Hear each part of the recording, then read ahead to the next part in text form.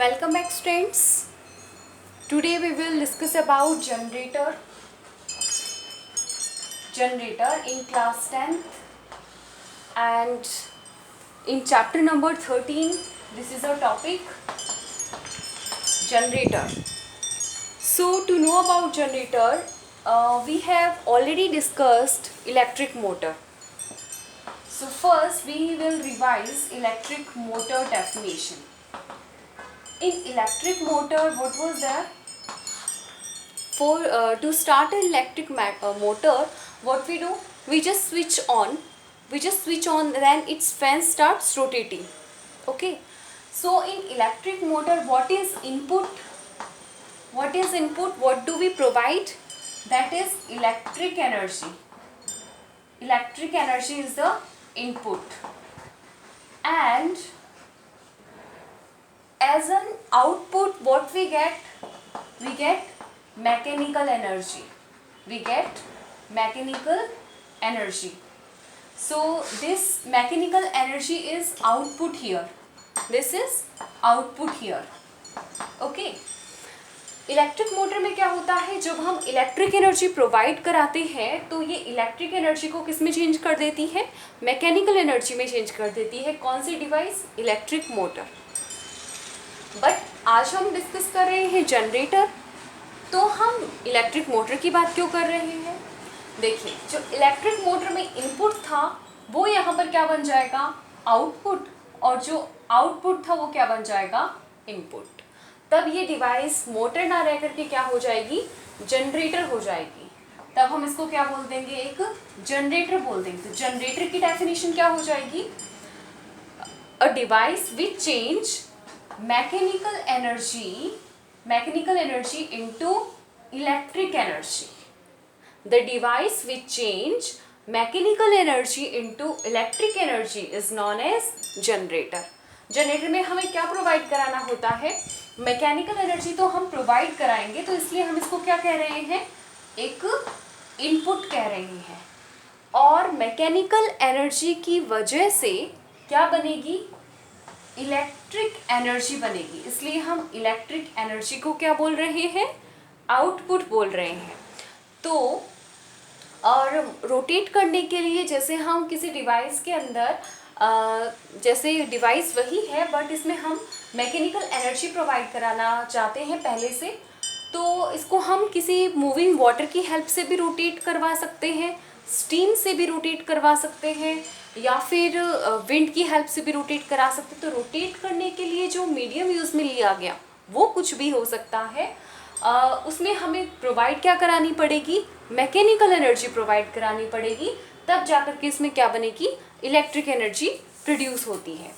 तो जनरेटर की डेफिनेशन क्या हो जाएगी? इस तरीके से जनरेटर की डेफिनेशन क्या है? डेफिनेशन क्लियर है क्या स्टूडेंट्स? कि the device which change mechanical energy into electric energy is known as electric generator. It is known as generator. सीधा हम जनरेटर भी बोल सकते हैं. अब देखिए, एक तो हो गई इसकी डेफिनेशन. अब हम इसका टाइप देख लेते हैं. जो जनरेटर होते हैं ये 2 टाइप के होते हैं. एक होता है इसमें AC जनरेटर और एक होता है DC generator. AC generator and DC generator. अब ये AC DC क्या होता है स्टूडेंट्स? A का मीन्स है यहाँ पर अल्टरनेट और C का मीन्स क्या है? करंट. एक तो होता है अल्टरनेट करंट जनरेटर और DC का मीन्स क्या है? D का मीन्स है यहाँ डायरेक्ट और C का मीन्स है यहाँ करंट. एक होता है direct current generator. So there are 2 types of generator, AC generator and DC generator. AC stands for alternate current generator and DC stands for direct current generator. What do you mean by alternate current generator? So friends, इसमें जो alternate current generator होता है इसके अंदर क्या होगा? अभी हमने बात की कि जो जनरेटर होता है उसको हमें क्या करना होता है? रोटेट करना होता है, उसमें मैकेनिकल एनर्जी प्रोवाइड करानी होती है. तो जब इसका रोटेशन होता है तो हाफ रोटेशन में तो करंट की डायरेक्शन अलग होती है और उसके अगले हाफ रोटेशन में करंट की डायरेक्शन अलग होती है. तो इसमें क्या होता है कि जो करंट की डायरेक्शन होती है, जिसमें करंट की डायरेक्शन अल्टरनेटली चेंज होती रहती है, अल्टरनेटिव तरीके से करंट डायरेक्शन अल्टरनेटली चेंज होती है, तो उसको हम बोलेंगे अल्टरनेट करंट जनरेटर। मतलब आधे रोटेशन में अलग डायरेक्शन है, आधे रोटेशन में अलग डायरेक्शन है। लाइक हम इसके एग्जांपल लिख सकते हैं, जैसे मान लीजिए कोई भी एक डिवाइस है, बल्ब जैसे हमने लगाया है और ये बैटरी मान लीजिए, तो इधर से एक बार तो करंट जा रहा है इस साइड से इस साइड की तरफ, पॉजिटिव टू नेगेटिव इधर है, और बाद में आधी टाइम के बाद ये करंट इधर से इधर जा रहा है, यानी कि इस साइड से इस साइड जा रहा है। समझ रहे हैं कि एक बार तो करंट की डायरेक्शन इस तरफ है और एक बार करंट की डायरेक्शन उस तरफ से है। ओके, तो जब करंट की डायरेक्शन हर आधे रोटेशन में चेंज होती रहती है, तब उसको हम बोलेंगे अल्टरनेट करंट जनरेटर। लेकिन जब कंटिन्यूसली करंट की डायरेक्शन सेम ही रहती है, मतलब जितनी भी देर वो ऑन रहेगा तब तक करंट की डायरेक्शन प्लस टू माइनस ही रहती है, मतलब उसमें भी प्लस टू माइनस था, बट जो प्लस माइनस की डायरेक्शन थी वो चेंज हो रही थी हर हाफ रोटेशन में। तो इसमें चेंज नहीं होगी, तो उसको बोलेंगे हम डायरेक्ट करंट जनरेटर। मतलब कंटिन्यूसली इसमें करंट एक ही डायरेक्शन में फ्लो करेगा। तो अल्टरनेट करंट जनरेटर क्या होगा? The generator in which direction of current change alternately is known as alternate current generator, and the generator in which direction of current does not change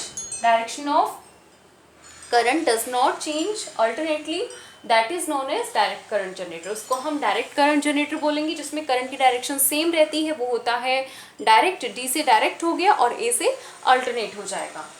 अब हम देखते हैं इसमें से जो भी जनरेटर होगा, चाहे वो एसी जनरेटर हो चाहे वो डीसी जनरेटर हो, इसका जो प्रिंसिपल है वो देखते हैं। What is the principle of generator? Principle है इसका EMI।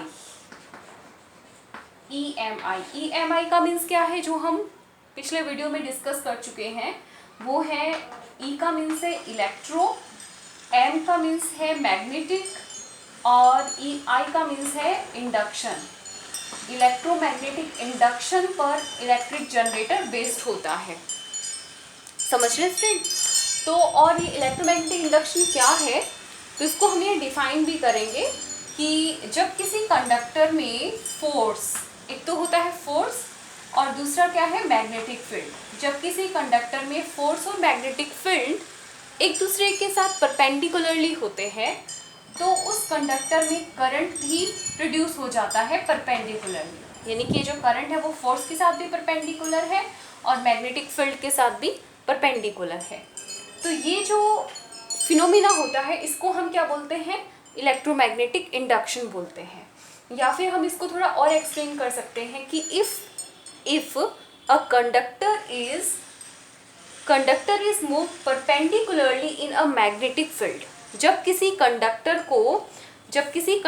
को मैग्नेटिक फील्ड में परपेंडिकुलरली मूव किया जाता है, मैग्नेटिक फील्ड लाइंस को कट करते हुए कोई कंडक्टर जाता है परपेंडिकुलरली, तब उस कंडक्टर में करंट भी प्रोड्यूस होता है। और वो करंट क्या होगा? इन दोनों के साथ परपेंडिकुलर होता है, फोर्स के साथ भी परपेंडिकुलर होता है और मैग्नेटिक फील्ड के साथ भी परपेंडिकुलर होता है। तो जो करंट प्रोड्यूस होने की प्रोसेस होती है, इस प्रोसेस को हम बोलते हैं इलेक्ट्रोमैग्नेटिक इंडक्शन। तो जो प्रिंसिपल हमें लिखना होगा तो क्या बताएंगे? जनरेटर की डेफिनेशन तो आई थिंक बहुत इजी थी, मैंने कई बार रिपीट भी की थी, तो आप लोगों ने नोट कर लिया होगा। इसमें हम पॉइंट वाइज लिखते जाएंगे। पहले लिखेंगे जनरेटर के बाद लिखेंगे इसकी डेफिनेशन कि the device which change mechanical energy into electric energy is known as generator. उसके बाद हमें लिखना है प्रिंसिपल, जो कि बहुत इंपॉर्टेंट है। प्रिंसिपल में हम क्या लिखेंगे? When a conductor is moved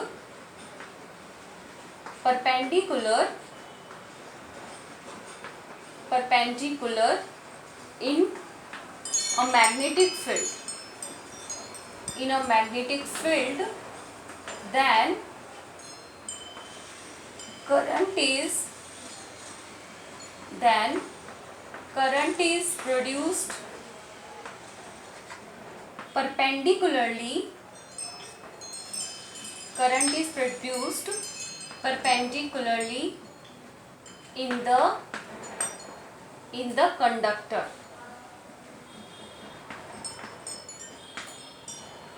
So this is also known as electromagnetic induction, EMI. So basically इसका जो प्रिंसिपल है वो हम बता देंगे, EMI इलेक्ट्रोमैग्नेटिक इंडक्शन होगा। और इसका अगर हमें डायरेक्शन पता करना है तो उसके लिए हम डायरेक्शन के लिए रूल यूज़ करेंगे, वो रूल होगा Fleming's right hand rule. Fleming's right hand rule, इसमें राइट हैंड को हमें यूज़ में लेना है। और जो इलेक्ट्रिक मोटर हमने पहले पढ़ी थी उसमें होता है फ्लेमिंग का left hand rule. There is electric motor में Fleming's left hand rule apply होता है डायरेक्शन फाइंड आउट करने के लिए। तो जो ये इलेक्ट्रोमैग्नेटिक इंडक्शन है ये इसका प्रिंसिपल हो जाएगा। फिर हम पढ़ते हैं इसमें construction. What is the construction of a generator. पहले हम देख लेते हैं जनरेटर, एसी जनरेटर देख लेते हैं।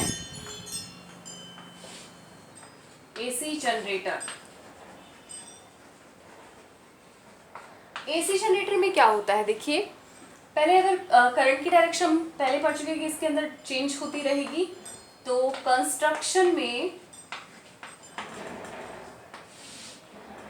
में हम क्या लेते हैं, एक कॉइल लेंगे, जैसा मोटर में था वैसा ही एक रेक्टेंगुलर कॉइल लेंगे, जिसको हम क्या बोलते हैं, जिसको हम आर्मेचर कहते हैं।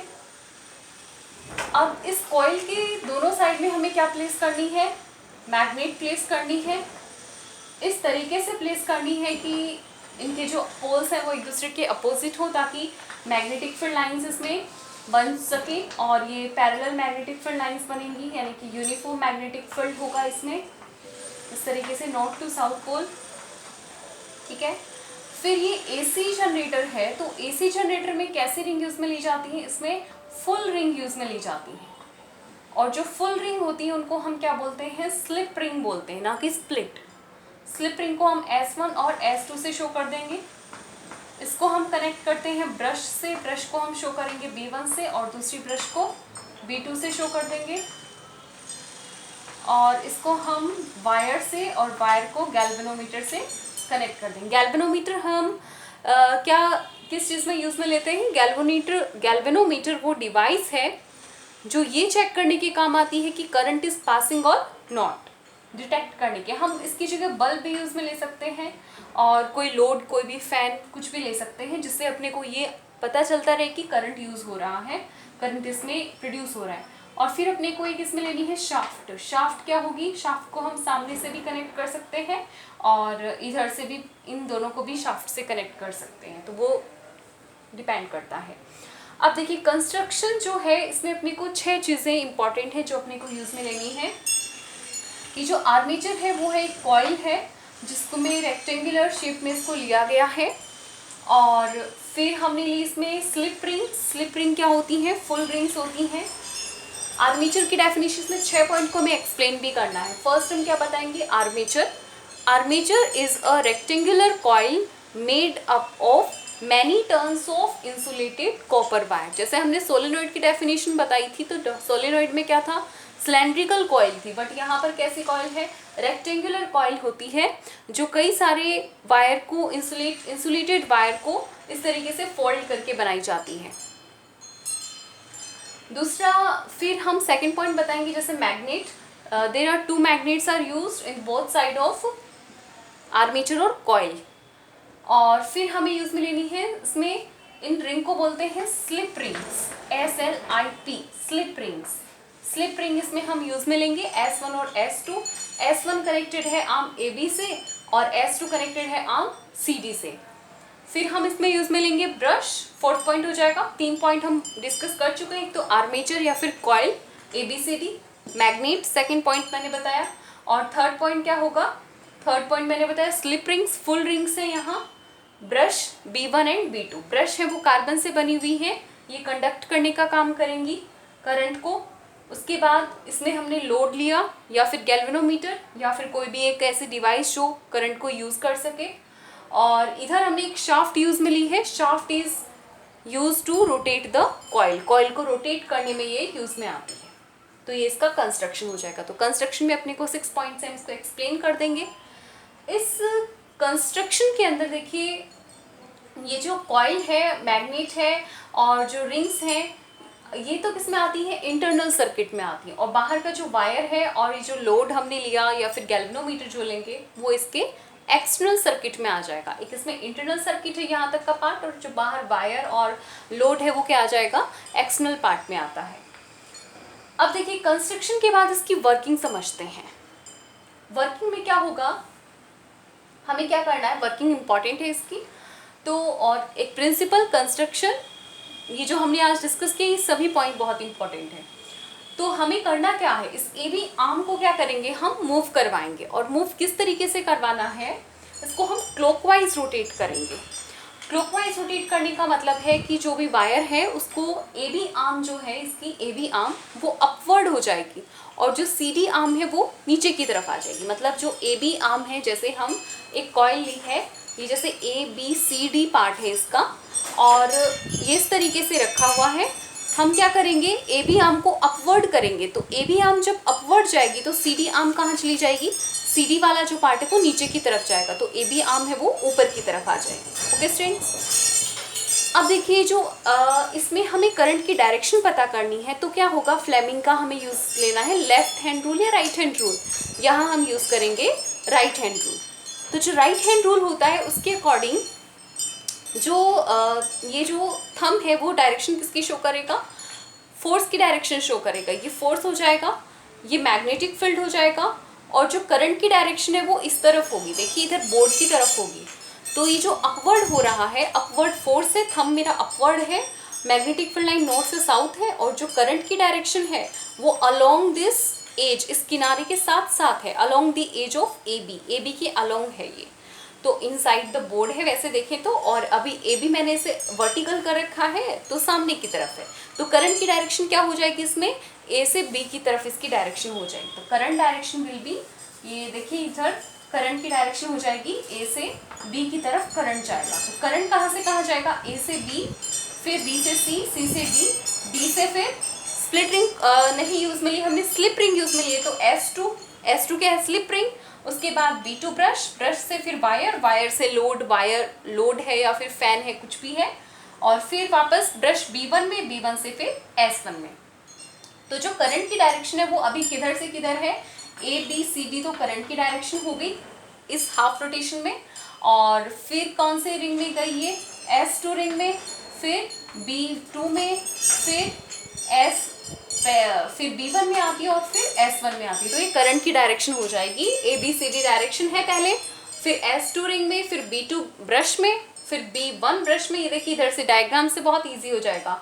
ये देखिए A से गई, करंट गया, A से स्टार्ट हुआ, A से B, B से C, C से D, D से फिर कहाँ आया, इस रिंग में, S2 में, फिर ब्रश B2 में, और ब्रश B2 से फिर इस गैल्वेनोमीटर या बल्ब में, बल्ब से फिर ब्रश B1 में, B1 से फिर S1 रिंग में, और इस तरीके से ये एक सर्किट कंप्लीट हुआ। अब देखिए हाफ रोटेशन के बाद क्या करना है अपने को, जो AB आर्म है वो ऊपर हुई थी, ऊपर करके हमें इसको इस तरीके से कर देना है। तो ये पलट जाएगा, मतलब जो AB वाला हिस्सा था वो किधर आ जाएगा, CD वाली साइड में, और जो CD वाला पार्ट है वो किधर आ जाएगा, AB वाले पार्ट में। तो इस तरीके से रोटेशन हो जाएगा। ये जो CD थी इधर वो AB वाली जगह आ जाएगी, जो AB थी वो किधर आ जाएगी, CD की जगह आ जाएगी। वापस वही रूल अप्लाई होगा यहाँ पर। CD आर्म को हम फिर से रोटेट करेंगे ऐसे वर्टिकली अपवर्ड मूव में, यानी कि क्लॉकवाइज रोटेट करेंगे। तो जब CD आर्म अपवर्ड जाएगी तो वापस वही रूल लगेगा, फ्लेमिंग्स लेफ्ट हैंड रूल। तो थंब शो करता है फोर्स को, फोर्स किधर लग रहा है, इसमें अपवर्ड लग रहा है। मैग्नेटिक फील्ड लाइन किधर से किधर है, north pole to south pole. और फिर जो करंट की डायरेक्शन है वो वापस क्या है, इनवर्ड हो जाएगी, यानी कि ये along the edge of CD, जो D से लेकर के C तक जो एज है, इस साइड से करंट फ्लो होना स्टार्ट हो जाएगा। तो जब करंट इसमें अब वापस डायरेक्शन क्या हो जाती है, वापस डायरेक्शन चेंज हो जाती है। तो जो करंट है वो हम फिर यहाँ शाफ्ट को थोड़ा सा चेंज कर लेंगे। इधर ये रिंग कौन सी हो जाएगी, ये जो कॉइल है, इस कॉइल में D वाला पार्ट ये हो जाएगा, ये C, ये B और ये A। और फिर वही शाफ्ट सेम है। अब देखिए करंट किधर जाएगा, डी से स्टार्ट होगा, डी से सी में, सी से बी में, बी से फिर ए में। ए के बाद जो इसमें रिंग है, इधर ये S1 और ये इधर S2। अब देखिए जो ब्रश B2 है और B2 से फिर वापस किस में आ जाएगा, करंट B1 में आ जाएगा। और हम यहाँ पर लिख सकते हैं, जैसे इधर लिख दिया हमने X और इधर लिख दिया Y। तो करंट की डायरेक्शन इसमें क्या है, AC जनरेटर है ना ये, तो AC जनरेटर के अंदर ये जो रिंग है वो S1 हो गई इधर और इधर S2 हो गई है। और जो करंट की डायरेक्शन है वो क्या हो जाएगी, Y से X की तरफ आ जाता है। करंट जो होता है वो Y से X की तरफ है, करंट की डायरेक्शन क्या हो रही है, हर हाफ रोटेशन में क्या हो जाएगी, चेंज हो जाएगी। इस बार करंट किधर से किधर जाएगा, अब DCBA डायरेक्शन में करंट मूव करता है, DCBA डायरेक्शन में।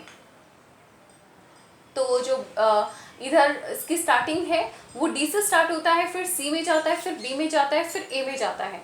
तो इसमें क्या हो रहा है, हर हाफ रोटेशन में करंट की डायरेक्शन क्या हो जाती है, चेंज हो जाती है। तो इस तरीके से जब तक इसमें करंट फ्लो होता रहेगा तब तक इसमें क्या होगा, सॉरी जब तक इसको रोटेट करते रहेंगे तब तक इसमें क्या होता रहेगा, करंट फ्लो करता रहेगा। और अगर हमें इसको स्टेटमेंट में लिखना है तो लिखेंगे कि फर्स्ट पॉइंट हम बनाएंगे, पॉइंट वाइज अगर हम लिखते हैं तो it will be easy to learn and write. तो फर्स्ट पॉइंट बनाते हैं, व्हेन आर्म ए बी, इसमें हम आर्म ए बी को लेते हैं, sorry, when arm A B is moved upward, arm A B is moved upward, then by Fleming's, कौन सा रूल लगाएंगे हम डायरेक्शन पता करने के लिए, right hand rule, right hand rule. By right hand rule current will flow, current flow in ABCD direction, ABCD direction. फिर क्या होगा, AB and CD exchange their place, AB and CD arm exchange their place, AB और CD की जो जगह है वो change हो जाती है। एंड देन वापस क्या होगा, आर्म AB की जगह तो हम क्या लिख देंगे, थर्ड पॉइंट अगर हम बनाते हैं तो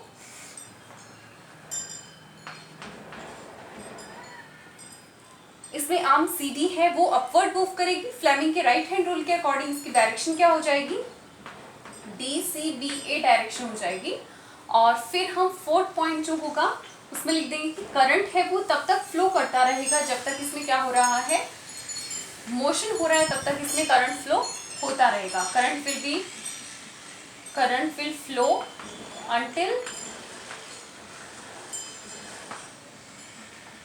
until rotated, coil is rotated, जब तक कॉइल रोटेट होती है तब तक इसमें करंट पास होता रहेगा।